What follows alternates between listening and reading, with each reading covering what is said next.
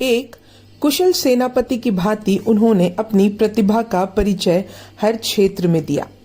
उन्होंने अनेक राष्ट्र आंदोलनों का नेतृत्व किया और जेल भी गई। संकटों से ना घबराते हुए वे एक धीर वीरांगना की भांति गांव-गांव घूमकर ये देश प्रेम का अलख जगाती रही और देशवासियों को उनके कर्तव्य की याद दिलाती रही। नमस्कार, मैं बात कर रही हूँ वीरांगना सरोजनी नायडू की।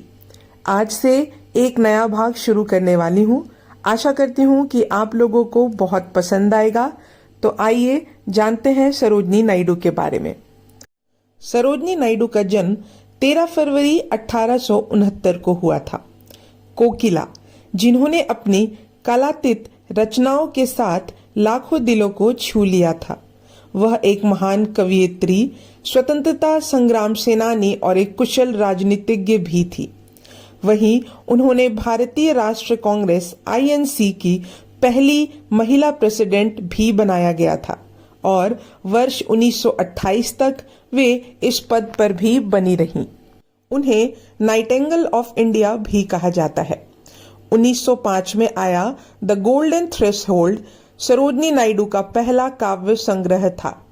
राजनीति में आने से पहले दक्षिण अफ्रीका में गांधी जी के साथ उन्होंने काम किया।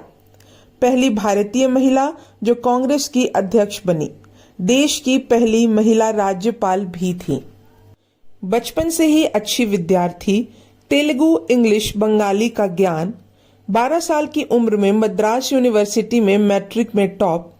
एक बार गणित की कॉपी, 1300 लाइन की कविता लिख दी। हैदराबाद के निजाम ने विदेश पढ़ने के लिए स्कॉलरशिप दी। कॉलेज में पढ़ाई के दौरान कविता पढ़ती लिखती रहती थी। महात्मा गांधी से मिलने के बाद आजादी की लड़ाई में कूद पड़ी। 1925 में इंडियन नेशनल कांग्रेस की पहली महिला अध्यक्ष, आजादी के बाद उत्तर प्रदेश की गवर्नर भी बनी।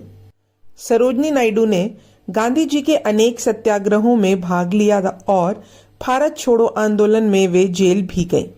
1925 में वे भारतीय राष्ट्रीय कांग्रेस के कानपुर अधिवेशन की प्रथम भारतीय महिला अध्यक्ष बनी। वे उत्तर प्रदेश की गवर्नर बनने वाली पहली महिला थी। वे भारत कोकिला के नाम से जानी गई। यह थी सरोजनी नायडू के बारे में कुछ प्रमुख बातें। आगे हम उनकी जीवनी के बारे में विस्तार से जानेंगे। आशा करती हूँ कि आप लोगों को यह भाग भी बहुत पसंद आएगा।